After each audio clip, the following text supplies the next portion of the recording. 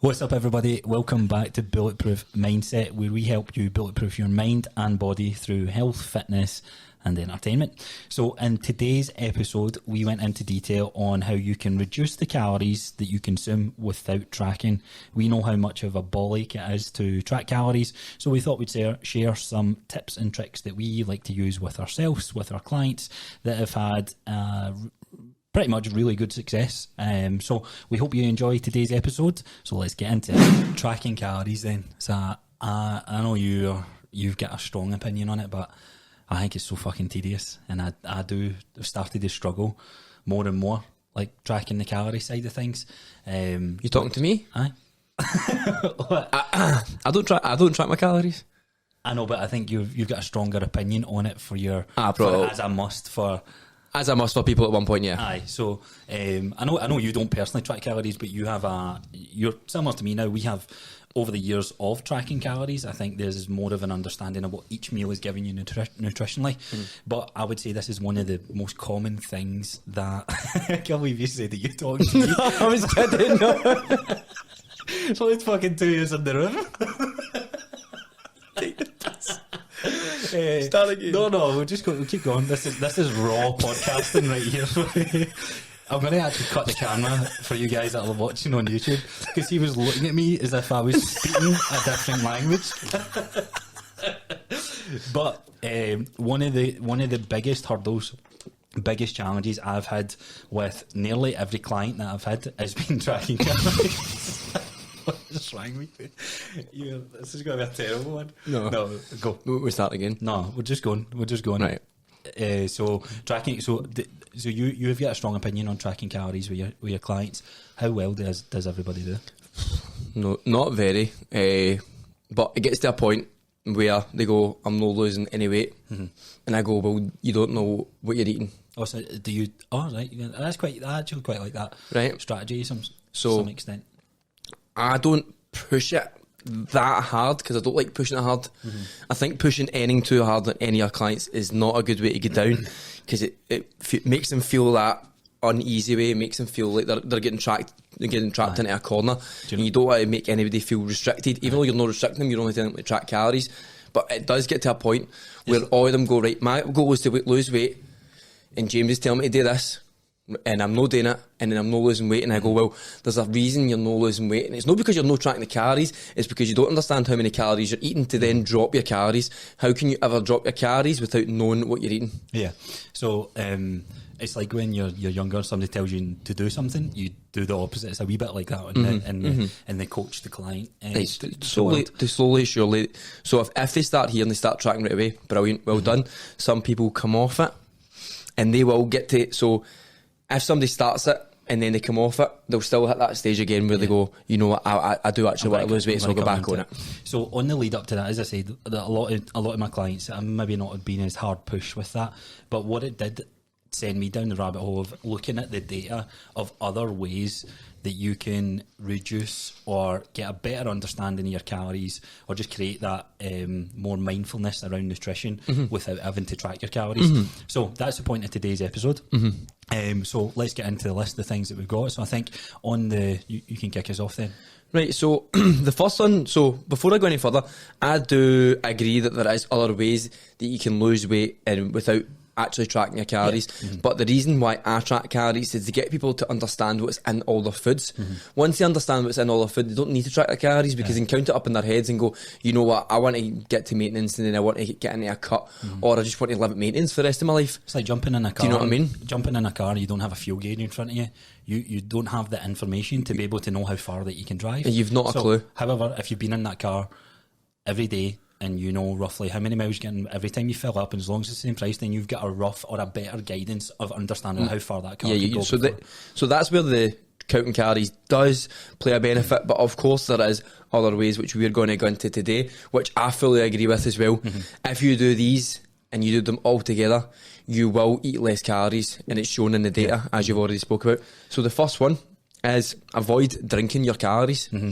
So you drink you love drinking your not drinking your calories, but this depends who we're speaking to. So this is purposely to lose weight, and when this is to lose weight. When I think maybe highlighting the point, when we're saying drinking calories, we're talking about full fatty juice, full fatty energy drinks. Pints. But alcohol, I think that's maybe a separate subject that we maybe go into in a wee bit more detail, but you will be surprised the amount of calories that are in pints, cocktail, wine. If you've never tried that before, it is such an eye-opening Since we're in Scotland, a bottle of Mad Dog 2020 is about 1,300 calories in the one bottle. Is it? 1,300? And I thought it'd be I think a bottle of wine's about 1,000, isn't it? Something daft, something crazy.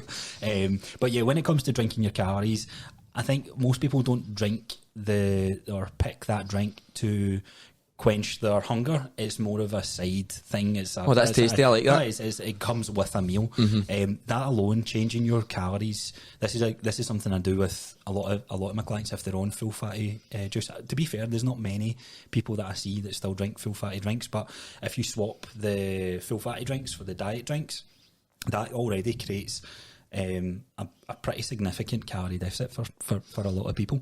So drinking calories, if you're so we're saying this is solely for the purpose of losing weight. This is actually quite a good strategy to gain weight. If you're you struggle to put weight on or struggle to build muscle and your appetite is just so restricted, drinking your calories actually can help. But this is where you would make shakes and things like that. So you wouldn't just drink 2 litre of full fat cola on a bulk. Getting massive. So if you're on YouTube or that, right now I've got a shake here. It's probably about 1,000 calories and it's fucking disgusting. It's fucking banging. So what I've got in this is 200 gram of oats, a scoop of vanilla protein and blueberries and strawberries.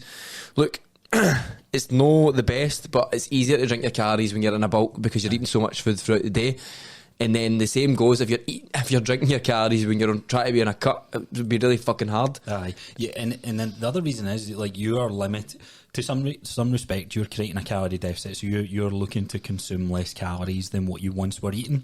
And why would you want to waste, in a sense, those calorie points, if you call them that, to liquid when you could have more chicken, more chips, more whatever it is that you're going to have? But the thing is, you know that, and I know that.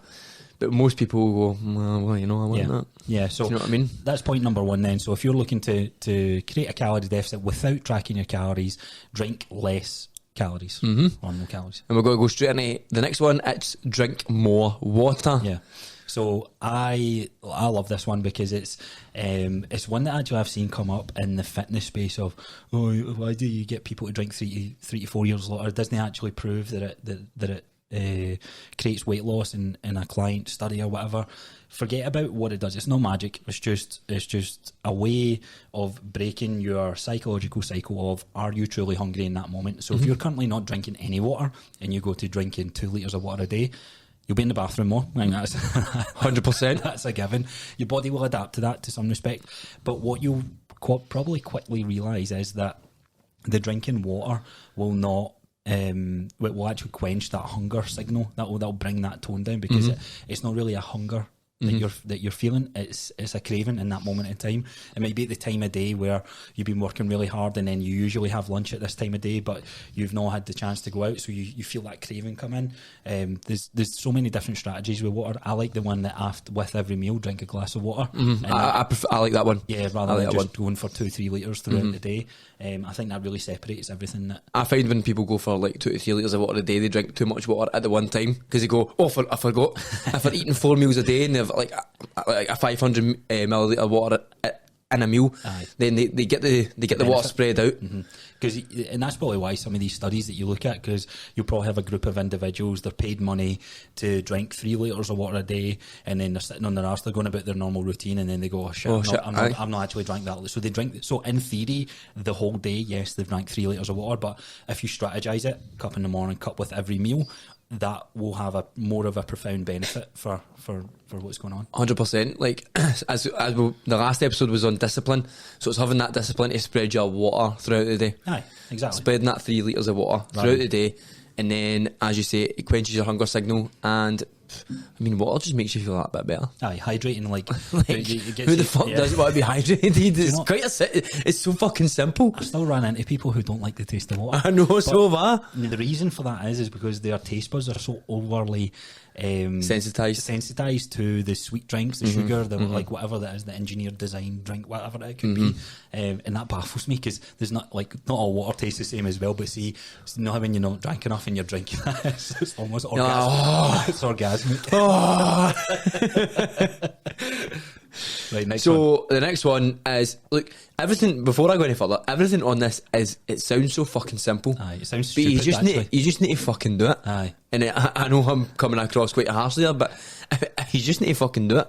And prioritise protein with every meal is a simple, but a lot of people find it challenging way because they're like, fuck, how the fuck do I get protein in breakfast, lunch and dinner? Do you know what I mean? Like, because the protein sources for lunch and dinner are pretty similar, and a lot of people feel like they're eating 2 dinners.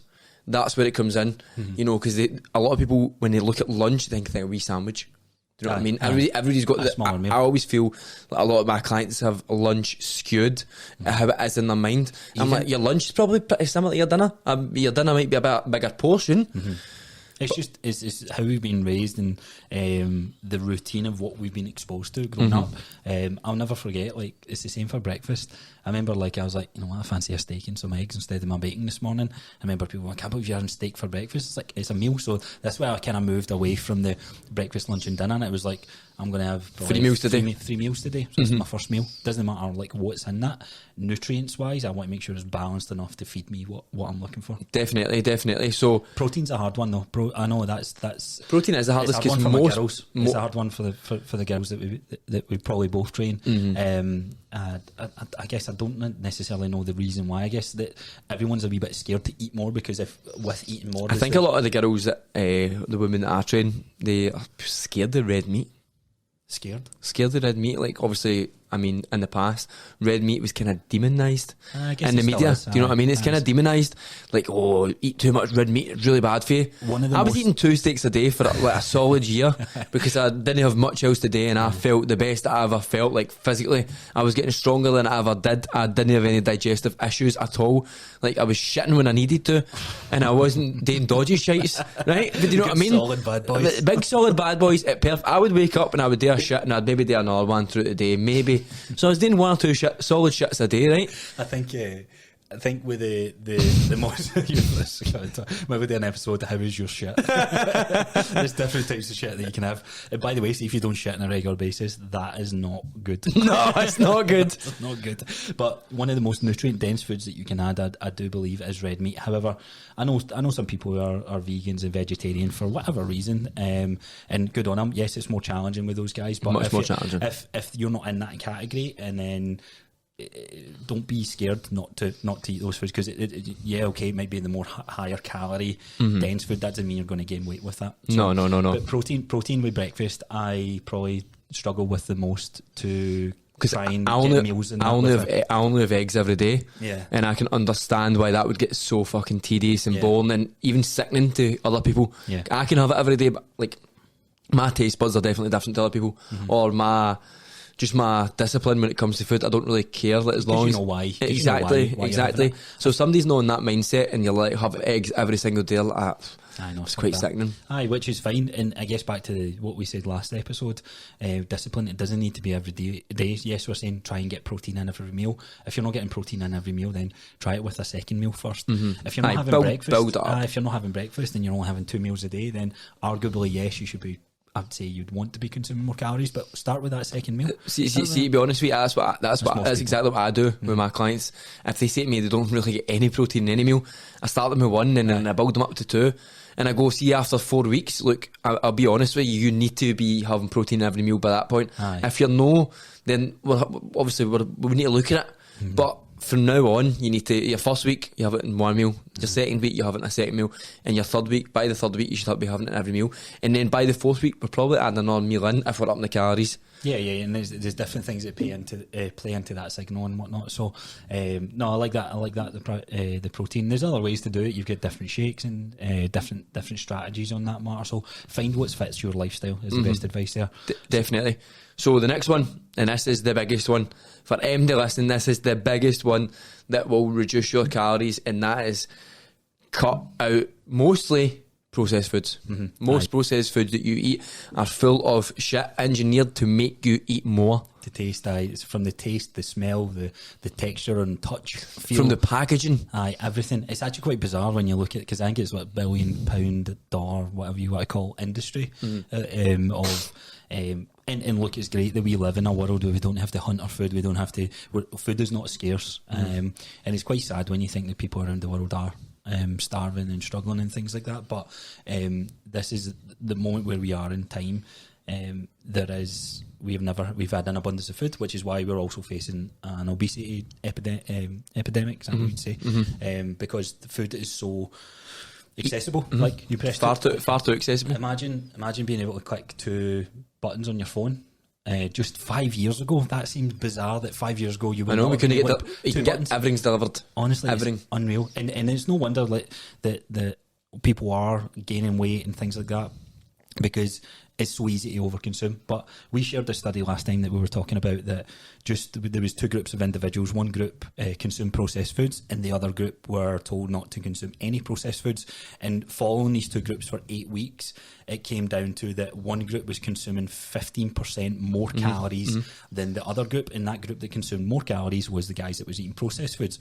So do the math on that. That's, if the average consumption of processed foods probably falls in the 2,000 category, that's 300 calories of extra calories, not on a weekly basis, on a daily basis. Do the math on that over a week, over a month, over a full year. I'm actually going to do the math on that right now. And then then associate the math. Then associate the calories. 300 calories per pound of body fat over that time. So 300, 600, 900. Like, it's so many calories over time. So the compound interest on those extra calories alone is bizarre. So 300 times 52 is 15,600 calories extra over the year.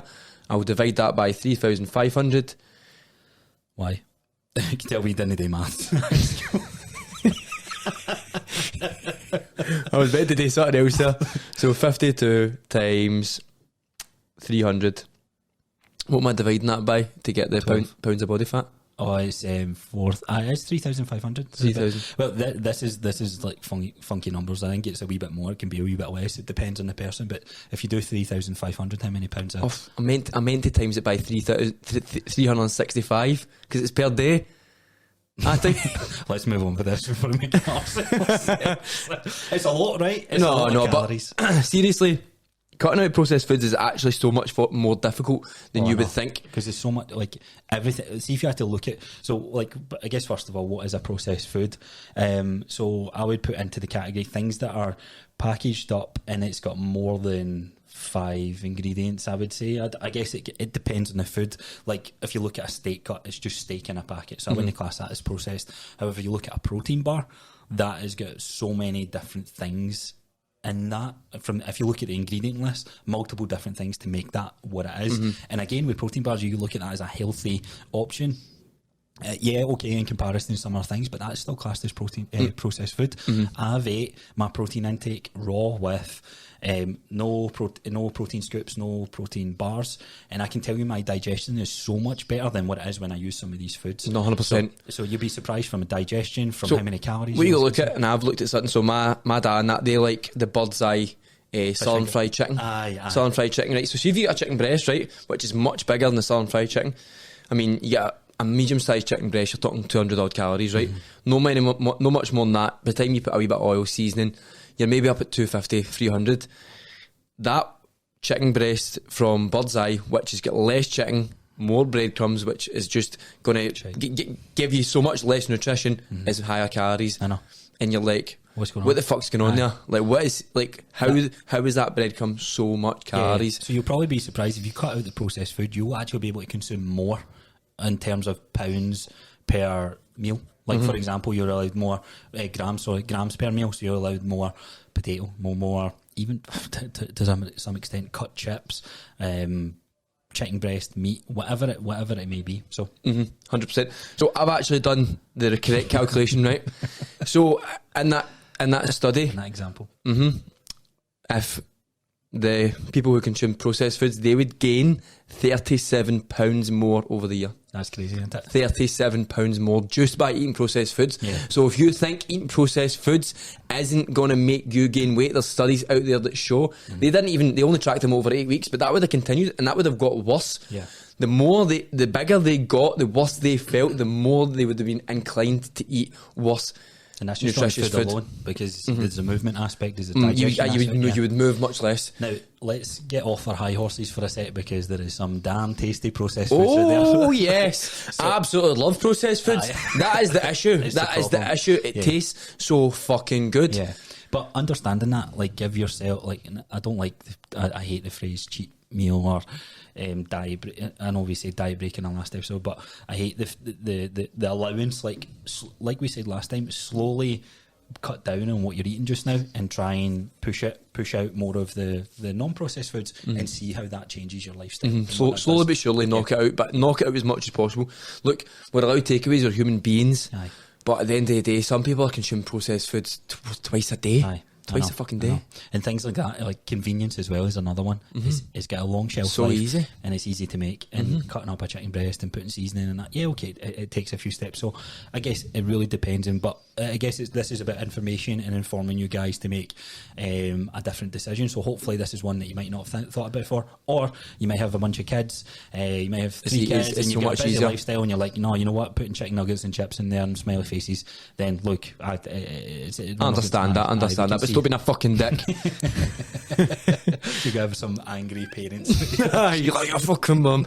No, I totally understand when it comes to feeding kids, it's so fucking difficult because they need to cook every single day, clean up all that every single day, then look after the kids as soon as they've finished eating. It's difficult. Aye. It's a hard task. Aye.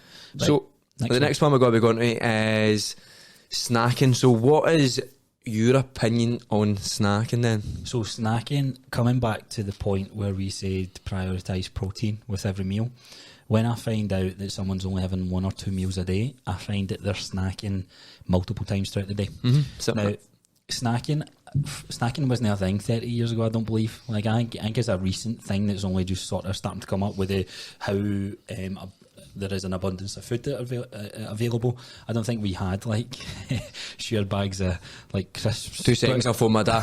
Dad, did you snack all the way back in? But snacking's definitely getting more and more of a thing, because if you look at the quote unquote processed foods, it sort of falls, a lot of it definitely falls in this category.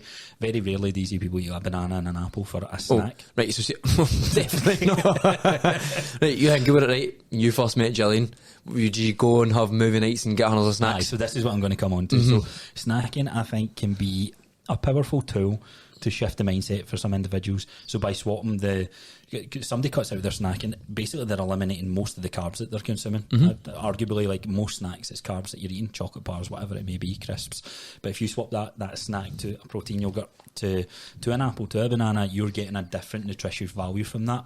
I like the snacking for people who are maybe coming down from a higher calorie standpoint down the way, if that makes sense. I like to have it as, look, there's your meals, you've kind of worked out what fits right for you. Here's not an allowance of snacks, but just understanding, like, why does he want a chocolate bar? Like, a good strategy I like for kind of reducing your calories at night is before if it's a chocolate that you're going for, like, say to yourself, like, could you, if you swapped that for an apple just now, would you still want it? If the answer's no, you ain't hungry. You're just craving the engineered design food or whatever. 100%. Snacking, I love snacking myself. Do you? I don't snack. No. At all? No. You sure? I thought I seen you. No, I don't snack other people's stuff. No. So my strategy for my clients is I go, like, look, we're going to try our best never to snack. But I say this, if you like chocolate or crisps, or there's something you would struggle to cut out, Tough shit. Stop fucking having it. I go, fucking no, allowed it.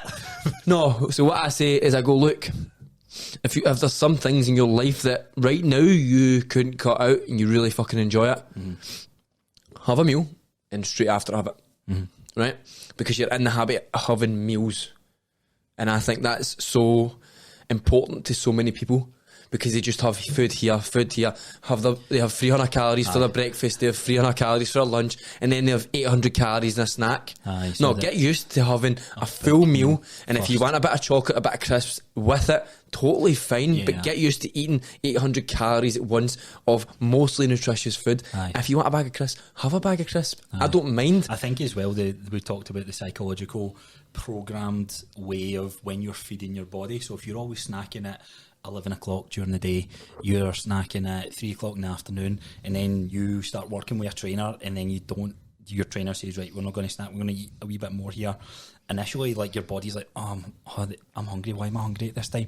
All right, fuck it, I'll just binge, or whatever it is that you end up doing. I think there is a psychological step to overcome with that, but that's a good point. Like, it's not saying that you can't have it, it's just saying, right, we're going to actually have it in a different fashion, with a different structure. So as we've explained, having protein in every meal. So what we didn't explain earlier was obviously protein is the most satiating macronutrient. It makes you feel full for longer, it makes you feel fuller at the time. If you have 2 chicken breasts at once, you're like, fuck, I'm quite full, the rest of this meal's got to be hard. So if you know you're going to have your, what'd you say? A big jobby. That's what I thought you said. You're like, fuck man, a jobby coming out. No, so you put me off. Sorry. No. Satiating food. So if you've had your protein and you're eating the rest of the meal and you know you're going to have your crisps and chocolate, which you're looking forward to, see by the end of it, you might not even have it anymore. I know. You might not even have it. Maybe not. No, I'm not saying like every time, but there will be times where you get into more of that mindset of going, you know what, I don't actually need that. Why do you want it? I think it's having the space to think, isn't it? Because I know if I go out for dinner, and in fact, when we went to lodge in Loch Lomond there, had an overnight, we had a 3-course meal. I would never have a 3-course meal, and because I had it, because it was there, I ended up doing it. And what did I order? The side of chips, and then you went for the what was that, orange mousse cheesecake, and I was, sounds alright, three spoonfuls in. I should have stopped, but because it was so tasty and so good, like that didn't get that full signal until it was too late, and then I was sitting bloated like hell. But I think sometimes when you go, you should do that, like 100%. You should splurge. So the mindset of that was, it was our 10-year anniversary, and the healthy thing to do in that moment was spend time with my wife and have a good meal. And as we spoke about before. And so process. So that was what one was that? That was number 5. So we've got one more, but it's semi-similar to snacking. Not exactly the same. So it's eating foods while being distracted. So this is one I never really thought of this one before. I remember going into a post I was doing like a couple of months ago, and then the more I thought about it, I heard it initially, and then I was like, well, like some people listening to this, like, don't eat foods while watching TV, don't eat foods while being on your phone. I remember comments on the Facebook post that I done, like, you get these keyboard warriors like, aye, no bother mate, I'll just take the TV out of my living room, I'm still going to consume 1200 calories on this dish you plonker. And I was like, no, like, you're missing the point. The whole point of this is that when your mind is distracted, you will mindlessly eat. And you said to me, like, what did we do when we first met? Like, movie nights, you were buying you're buying packets of sweets, chocolate buttons, the whole shebang. And over time, in the last 10 years of being with Jillian, in the last probably 20 years since I got my first Xbox and started the game, like, I've built up habits and behaviours that every time I eat, or every time I game, or every time I watch a movie, there is an urge there to try and keep my hands busy or eat. And you spoke about this before, about the dopamine hit, because it's feeding into that cycle. You're programmed in a way that's why I'm hungry. Like, when I'm watching a movie and I'm like, I'm actually a wee bit hungry now, it's because every time I've watched a movie before, I've had a fucking packet of crisps or buttons with us. But you're not hungry, as we've already spoke about. You just want that dopamine. Aye. So you go for crisps, some sweeties, some chocolate, just something, and then you get dopamine for the gaming or the show, and then you go back to the chocolate, and by the time you know, you're feeling shit because you've gamed for so long, and then you're feeling shit because you've ate so much, and then, as you say, you've stayed up all night, so you wake up fucking late the next day and you feel shit. I just remembered something. I think I was 24, so this would have been about 5 years ago, maybe 4 or 3 years ago, when we started living on our own down in Nottingham. We'd always, in the weekly shop, buy big share bags and stuff, because there would always be a movie night a week and stuff like that. And then it became to the point where we were crushing the whole thing in one sitting rather than drip feeding it throughout the week. So we made a decision to not buy that stuff in the weekly shop, but if we wanted it, we'd still go out and have it. And this is another good strategy. So if you're listening to this, you're listening to us talk about eating chocolate, eating crisps, and you're like, I'm starving. A little hack that I like to do with that is not keep it in the house. Not say that I don't want it, but create a barrier in between you walking through to the kitchen and having it. I then had to jump in my car. I'd have to drive down to the shops and then get it.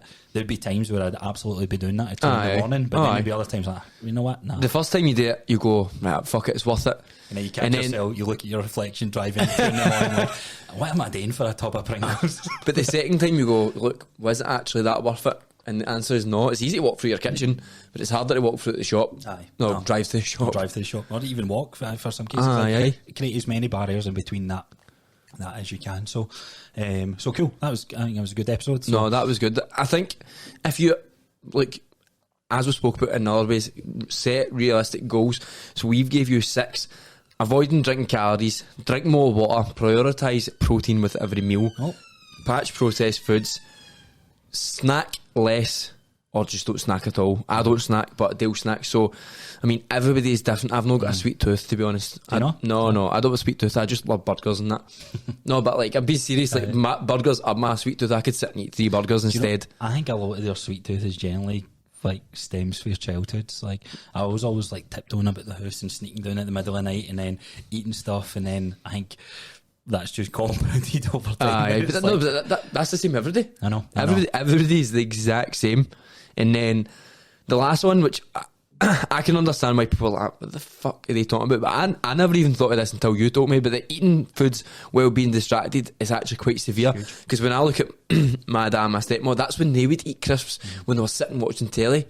And then they would moan how they were gaining weight. And I'm like, actually, when I think about it now, I'm like, that's when they were gaining that weight, because they had no idea the amount of portion sizes they were putting down in that time. Exactly. Because you're not thinking about how much you're eating. I'm sure when, I think it was an American study, but it was like 500 calories less when you were just eating, just with no distractions in front of you. Now, also, if you have a plate of food, you're going to eat most likely the whole plate of food, but it's more the snacking when you're sitting in front of your TV. It's more the other additional things. But even when it comes to it, if you're there with that meal, you're like, oh, actually, I'm quite full. Like, I actually don't want this. So, I think one last thing when it comes to snacking, you can count drinking beer as snacking. You could. Do you know what I mean? If you were sitting in a quiet room, would you drink that full crate of beer? Some people would, right? But like, see the likes of my dad, I know if he wasn't watching telly, he wouldn't drink as many beers as he did. I guess because do you get me? Because he's associated with it. He's associated with it. Same with gaming. In fact, my brother, like, you'll listen to this, like, he was in a bad routine with it. His Friday nights, Saturday nights were a distraction when he was gaming. They became associated with drinking a bottle of wine, a bottle of MD. He was actually telling me that the other day. And think like that was just over years of that habit had just caught up. Solidified. And don't get me wrong, it was hard for him, but I think he went a whole year without drinking. Fucking hats off to him because he smashed it. And he still smashed it. Sometimes that's what's needed. Sometimes you need to go cold turkey with a few things. So some people are addicted to food, some people are addicted to drink, some people are addicted to drugs. I don't think it's for everybody, but it's a good. No, it's not for everybody. 100% not for everybody. But there will be people out there, you know, like, you maybe should go cold turkey with chocolate.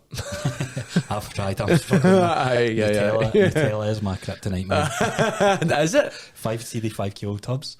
I don't buy 5 kilo tubs in. Listen, see, when I was about 17, so when my mum stayed in Beacon, down next to the hospital, and I would stay up and play Halo on my Xbox.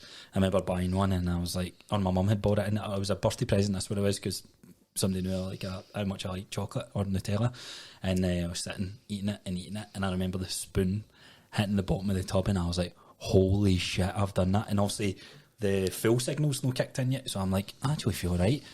And half an hour later, mate, the cramps in my stomach and my arse. I was going to say. But I've done that before. I don't know how many's in a 5 kilo tub of Nutella, but it's about 2,000 calories. A lot. A fucking lot. You're disgusting. That's fucking bad. Who needs to sit you down? But are you sure? You sure you're in shape? No, I'm not. Right. So again, we bit a relaxed episode there, but I think we shared some good points. Hopefully you guys enjoy that. If you did, we'd love it if you could share this on your social media, tag us in some posts, leave some comments. We honestly, appreciate anything that you give us. Shares, likes, just even coming up and talking to us. I know. You know what I mean? So many people have come up and said to me, look, I'm actually loving that podcast. I'm like, right. It does feel I'll good. get back on it then. It does. It keeps us when we're talking about motivated, it keeps us motivated to of us as to why we're doing this. We know we're not perfect. We know we're pissing off a few people with some things that we're saying. The whole purpose of this is to give people information and entertainment and to improve people's lives. And sometimes when we're making these, we're like, I think we're doing it. I know. We think so so. when people leave comments, it really touches us and goes, right, Aye. we'll keep it going. No, I know. So, as always, thanks for tuning in. You can find us, if you're just finding us on for the first time, you can find us on Instagram at Bulletproof Mindset UK. You can find me at Coach Crosser. And you can find me at Raw Gym Fit. See you guys soon. Have a nice one.